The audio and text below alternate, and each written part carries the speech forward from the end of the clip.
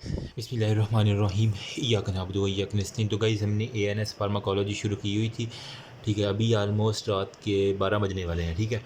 तो ये जो है ना लास्टली मैंने जो है ना चैप्टर जो था ना इसका 6 आई थिंक मतलब हाँ 6, और इसके बाद जो है ना वो 8 और 9 आई हाँ 9 वाला सिम्पैथोमाइमेटिक्स वाला और 10 वाला ये एडिनोसेप्टर ब्लॉकर्स, ये वाले इनके मैंने निमोनिक्स अच्छे से समझा दिए हैं, ठीक है। होप्स हो कि कुछ ना कुछ आइडिया तो हो ही गया होगा ना, जो बिल्कुल ले मैन है या जिन्हें बिल्कुल नहीं समझ आ रही उनके लिए कुछ ना कुछ आइडिया हो जाएगा इंशाल्लाह। अभी चैप्टर 7 रहता है, चैप्टर 8 रहता है, ठीक है। इसको मैं जल्दी से डिस्कस करता हूँ, ईजीएस्ट में मैं कोशिश करूँगा जितना मुझे आता है ना मैं वो आपके साथ डिस्कस करता हूँ। अच्छा, रिक्वेस्ट काफ़ी थी इस वजह से मैं थोड़ा सा बिज़ी भी था, ठीक है यार। अपने भी मेरे एग्ज़ाम कुछ नज़दीक आ, तो अपनी भी तैयारी करनी होती है, इस वजह से मैंने कहा जितनी जल्दी हो सके जब मुझे टाइम मिले मैं वीडियो अपलोड करता रहता हूँ, ठीक है। तो बिना किसी टाइम को गवाए कोलिनोसेप्टर एक्टिवेटिंग जितनी भी मैंने कहा था, जो एड्रीनो रिसेप्टर का जहाँ नाम आ जाना था ना, ठीक है। तो वहाँ पे आपने सिंपैथेटिक एक्टिविटी करनी है, जबकि जहाँ पे कोलिन का नाम आ जाना आपने वहाँ पे पैरासिम्पैथेटिक एक्टिविटी करनी है। ये बात तो आपको फिंगर टिप्स पे आनी चाहिए ना, ठीक है। अगर आपने पहले वाली वीडियो देखी हुई तो आपको होप्स हो कि आइडिया हो जाएगा। अब यहाँ पे जो है ना कोलिनोसेप्टर मतलब पैरासिम्पैथेटिक एक्टिविटीज से रिलेटेड हमने यहाँ पे सारे का सारा पढ़ना है, ऐसे ही है, ठीक है। तो हमने कोलिनो जो है ना रिसेप्टर एक्टिवेटिंग, जो कोलिन एसिटाइल कोलिन की तरह एक्ट करते हैं उन्हें हम कहते हैं पैरासिम्पैथेटोमाइमेटिक, जो मिमिक करते हैं मतलब इंक्रीज़ करते हैं पैरासिम्पैथेटिक एक्टिविटीज़ को, ठीक है। तो इन्हें हम पैरासिम्पैथोमाइमेटिक कहा जाए या कोलिनोसेप्टर एक्टिवेटिंग आ जाए, एक ही बात है, आपने एमसीक्यूज में कन्फ्यूज़ नहीं होना। नंबर 1 बात ये लोग। नंबर 2 पे जनाब हमारे पास वो कहते हैं कि कोलिनोमाइमेटिक्स को हमने 2 ग्रुप में डिवाइड किया। एक है डायरेक्टली एक्टिंग एसिटाइल कोलिन, मतलब एसिटाइल कोलिन रिसेप्टर्स होते हैं ना, एक तो वह डायरेक्ट एक्ट करती हैं, दूसरे नंबर पे जो है ना वो इनडायरेक्ट एक्ट करती हैं, मतलब उसके कोई एंजाइम जो होते हैं ना, जो एस्ट्रेज होते हैं उनको कहीं रोक दिया ताकि ये कोलिनो रिसेप्टर जो न्यूरोट्रांसमीटर है ना वो अपना एक्शन पूरा कर लें। तो इस तरह हमने डिवाइड किया। तो कोलिनोमाइमेटिक ड्रग्स को वो कहता है एक हमने डायरेक्ट एक्टिंग में किया है, नंबर 2 पे हमने इनडायरेक्ट में किया है। अब जो डायरेक्ट एक्टिंग है ना उसमें कुछ होते हैं मस्कुरेनिक, कुछ होते हैं निकोटेनिक रिसेप्टर्स, ठीक है। अब मस्कुरेनिक फिर आगे इसको फर्दर कैटेगराइज किया M1 M2 M3 M4 M5 हो गया, और निकोटिनिक में M हो गया और NM हो गया, ठीक है, NN और NM। तो ये हम नेक्स्ट टेबल आ रहा है ना यहाँ पे हम डिस्कस करेंगे। अभी मस्कुरेनिक में फिर कोलिन एस्टर्स और एल्कलाइड, इसको फर्दर 2 में डिवाइड किया, कोलिन एस्टर और एल्कलाइड, निकोटिनिक वही है, ठीक है। मतलब यहाँ पे CA कर लो, कोलिन एस्टर्स और एल्कलाइड्स। अब जो इनडायरेक्ट एक्टिंग है ना वो हमने उसको फिर फर्दर 3 में डिवाइड किया है उसके टाइम पीरियड के लिहाज से। इसका निमोनिक यही है इनडायरेक्ट के लिए ECO, ई से एंड्रोफोनियम, C से कार्बामेट और O से ऑर्गेनोफॉस्फेट, ठीक है। ये एक निमोनिक से छोटा सा। अब अगर मैं 2 मिनट के अंदर आपको रिवाइज़ करवाऊँ ना, 1 मिनट मुझे पेज देख, इस पेज के ऊपर अगर आपके पास आ जाए ना कोलिनो माइमेटिक्स, तो आपने चुप करके इसको 2 कैटेगराइज में डिवाइड करना है, एक किसके अंदर डायरेक्ट में, एक आपने इनडायरेक्ट के अंदर। देखिए हम मुझसे जो है ना वो एनुअल तो नहीं लेकिन जो आम होते हैं ना वाइवास, ठीक है, क्लास टेस्ट, उसके अंदर जो है ना एक मैडम ने सुने थे ये, ठीक है। इस वजह से शायद मुझे याद है कि ये क्या है। डायरेक्ट एक्टिंग में कौन कौन से होती हैं, एक होता है M, एक होता है N। M से क्या था मस्कुरेनिक, N से निकोटेनिक हो गया, ठीक है। M को फिर हमने फर्दर CA में डिवाइड किया था, A से था एल्कलाइड्स, ठीक है। C से क्या था हमारे पास कोलिन एस्टर्स, मतलब हमने ईस्टर बनाना है ना। ईस्टर क्या होता है, जब एसिड और अल्कोहल मिल जाते हैं तो कोलिनोमाइमेटिक है तो आपने कोलिन एस्टर बना देने, क्योंकि कोलिन जब मिलेगा तो वो किसी एसिड के साथ तो कोलिन एस्टर बनेगा, कोई और तो नहीं बन सकता है ना, ठीक है। इसी तरह इनडायरेक्ट के लिए मैंने क्या निमोनिक बताया ECO, ठीक है। ये आप निमोनिक प्लीज़ कभी पेपर के ऊपर मत लिखिएगा, सिर्फ आपने अपने माइंड के अंदर या किसी अपने ना साइड पे कहीं पेपर की जो आपका आंसर शीट होती है ना उसके ऊपर कहीं साइड पे लिख लीजिएगा, लेकिन कभी पेपर की एग्जैक्ट क्वेश्चन में नहीं, एग्जामिनर को कभी आपने निमोनिक नहीं बताना प्लीज़। ये वाइवा के अंदर एक आपको मैं टिप दे रहा हूँ, EC और O। E से एंड्रोफोनियम, C से कार्बामेट्स, O से ऑर्गेनो फॉस्फेट हो गया, ठीक है। ये था, ये सबसे ज़्यादा लॉन्ग एक्टिंग है, ये मीडियम है, ये सबसे ज़्यादा शॉर्ट एक्टिंग है। अब एंड्रोफोनियम के एक्शन आपने नहीं भूलना, ये मैं अभी नेक्स्ट बता रहा हूँ, ठीक है। इसके ऊपर जो है ना पूरा SCQ आया जाता है। ओके, अब देखो इधर जो कह रहे हैं ना वो अब को इसको ना उसने फिर फर्दर इसकी एग्जांपल आपको याद करने के लिए आ जाती हैं, ठीक है। अब कोलिन एस्टर्स को हमने एग्जांपल क्या क्या है वो अमूमन पूछ लेते हैं, तो आपने बता देना है एक होता है कॉलेज है आर्मी मेडिकल कॉलेज, ठीक है। आर्मी मेडिकल कॉलेज नाम तो सुना ही होगा ना, ठीक है। तो वो बेस्ट कॉलेज है, पाकिस्तान के बेस्ट कॉलेज में से है। तो AMC और B, AMC कॉलेज जो है ना वो बेस्ट कॉलेज है। ए से क्या आएगा हमारे पास, एसिटाइल कोलिन, M से मेथाकोलिन, C से कार्बाकोल हो गया और B से बेथेनिकोल हो गया।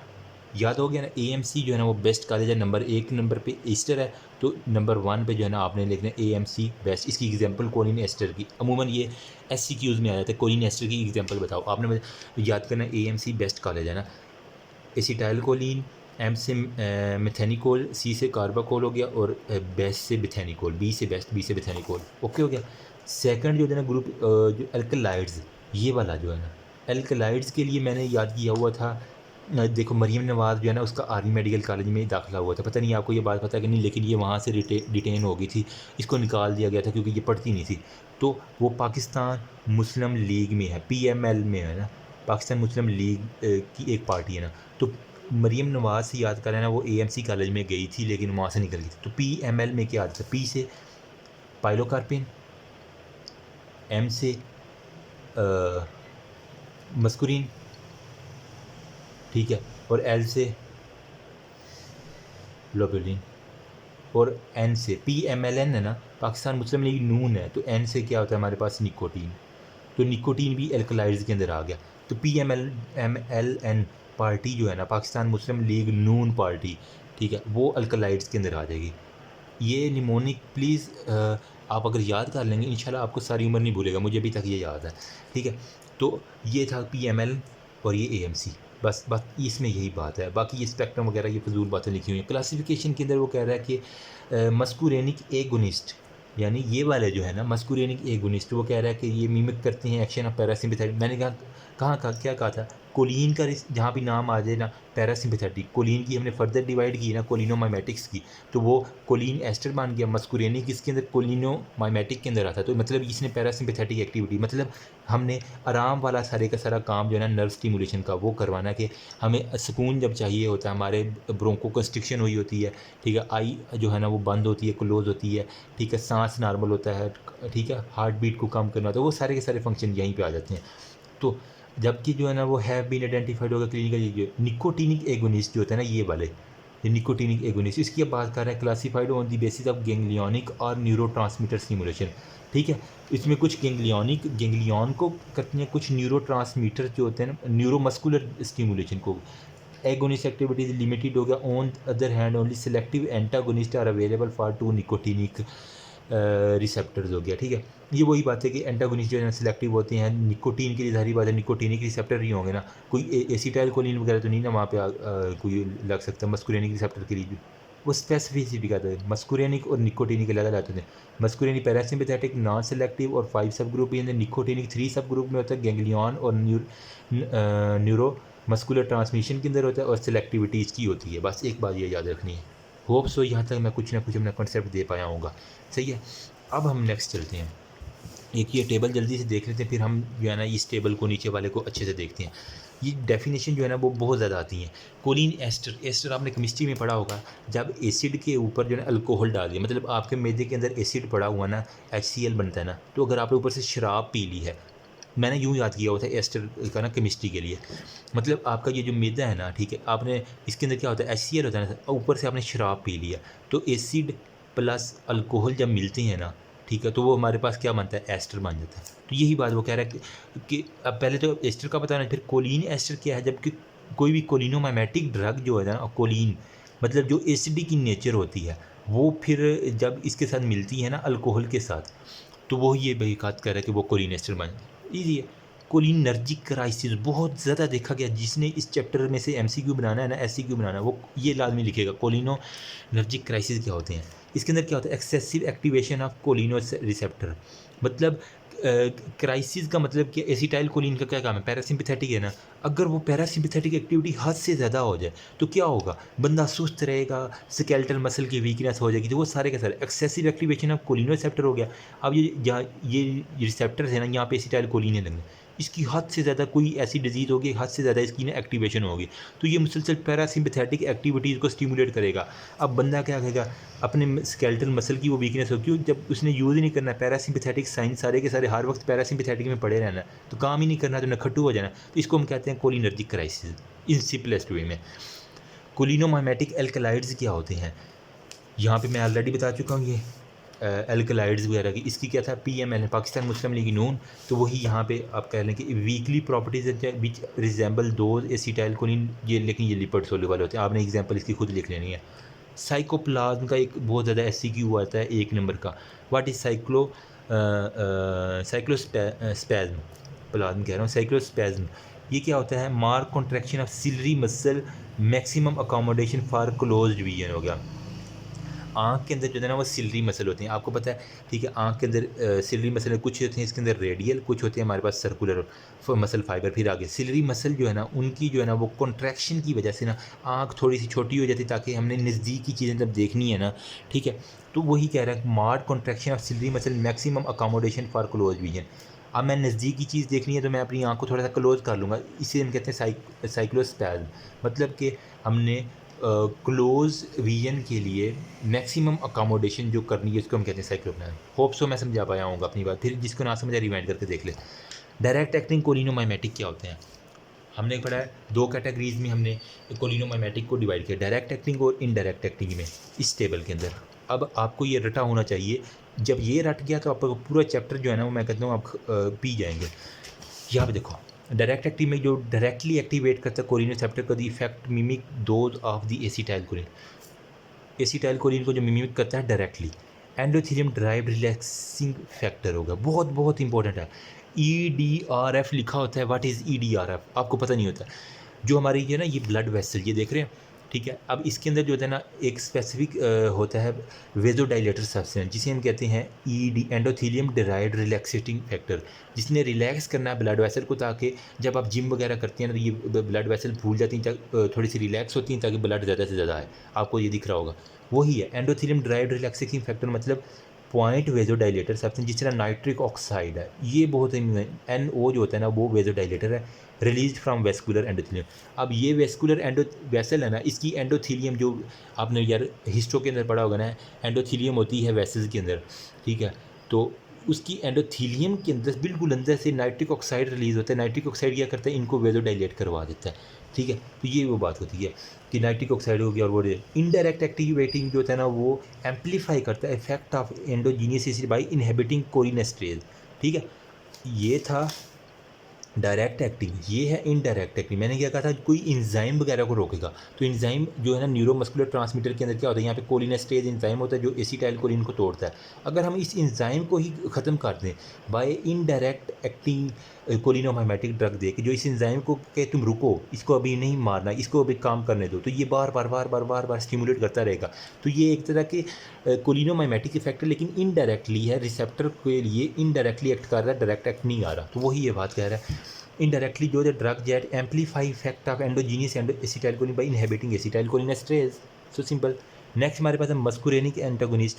Muscarinic choline that bind to muscarinic receptor, जो मस्कुरेनिक रिसेप्टर के साथ M1 M2 M3 M4 M5 के साथ बाइंड करता है, उसे हम मस्कुरेनिक कहते हैं। अब मस्कुरेनिक की एग्जांपल आपको आना चाहिए। मैंने क्या बताई थी, मस्कुरेनिक के अंदर हमने फर्दर डिवाइड किया था कोलिनेस्ट्रेज और एल्कलाइड। कोलिनेस्ट्रेज में AMC बेस्ट कॉलेज है और PMLN हो गया याद, ईजी है।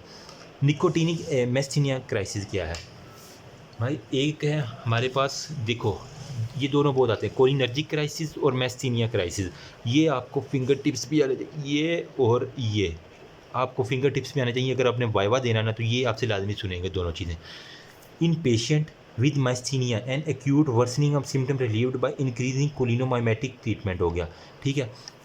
मतलब एक हम ड्रग देते हैं, ठीक है, अगर उसकी वजह से जो है ना वो कोलिनो हमने जो है ना एक मैस्थीनिया ग्रेविस का एक पेशेंट है ना, ठीक है, सपोज ये पेशेंट है। अब इसको मैंने जो है ना कोई जो है ना इसके सिम्टम जो होते हैं ना acute worsening symptoms usually relieved by कोई मैंने इसे अगर इसका मैस्थीनिया ग्रेविस ठीक करना है ना कोलियोनिमाइमेटिक ड्रग दे दूंगा तो वो जो एडवर्स इफेक्ट होते हैं वो रिलीव्ड हो जाते हैं, सही है।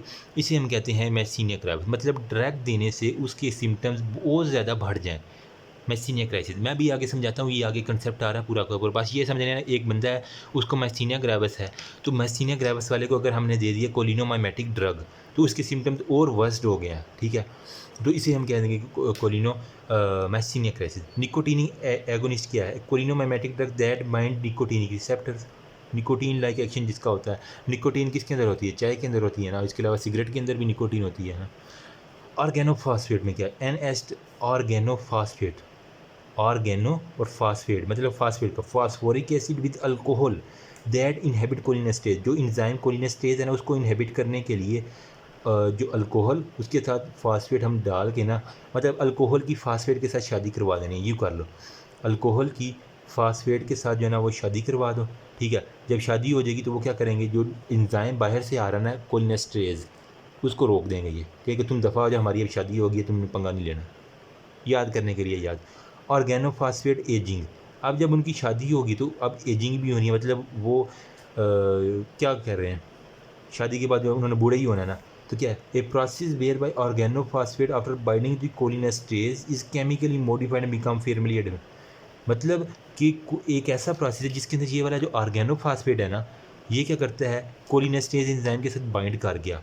अब उसने इसकी केमिकली जो है ना इस एंजाइम को तब्दील कर दिया, मतलब इसे इतना मारा इतना मारा इतना मारा कि ये बताया अपनी केमिकली स्ट्रक्चर खो दिया इसने। अब become firmly bound to the enzyme, और ये अब इसको ना इन्होंने अपने साथ ही अडॉप्ट कर लिया कि तुम हमारे कैटेगरीज के अंदर ही आ जाओ, तुम हमारा बच्चा बन जाओ बस, ठीक है। तो इसे हम कहते हैं एजिंग हो गई है उसकी, अब वो बूढ़े हो गए हैं और ये इसके साथ ही मिल गए हैं, सारा फैमिली पूरी रह रही है। पैरासिम्पैथोमाइमेटिक या डायरेक्ट विच इफेक्ट रिजेंबल दो स्टिमुलेटिव पैरासिम्पैथेटिक नर्व हो गया, पैरासिम्पैथेटिक माइमेटिक हो गया, या फिर कोलिनर्जिक, एक ही बात है, वो ऑलरेडी बता चुका हूँ। तो गाइज़ ये था एक छोटा सा कंसेप्ट। आगे मैं बताने लगा हूँ ये डायरेक्ट एक्टिंग और इनडायरेक्ट एक्टिंग को किस तरह याद करना है। काफ़ी वीडियो लंबी हो गई है, 17 मिनट 24 सेकंड की है, तो वीडियो अपलोडिंग में यार मसला होगा, छोटा सा चैप्टर है बिल्कुल, लेकिन ये आप समझाते हुए जो है ना मैं चाहता हूँ कि यहीं पे जो है ना सारा याद हो जाए। आपको दोबारा किताब खोले तो आपको यूँ आए चीज़ें, होप सो जितनी मुझे आती है। अगर मुझसे कोई गलती हुई तो कमेंट सेक्शन ओपन आप मुझे बता सकते हैं। दुआ कीजिएगा मेरे लिए, अपने लिए। Thank you so much. अल्लाह हाफिज़।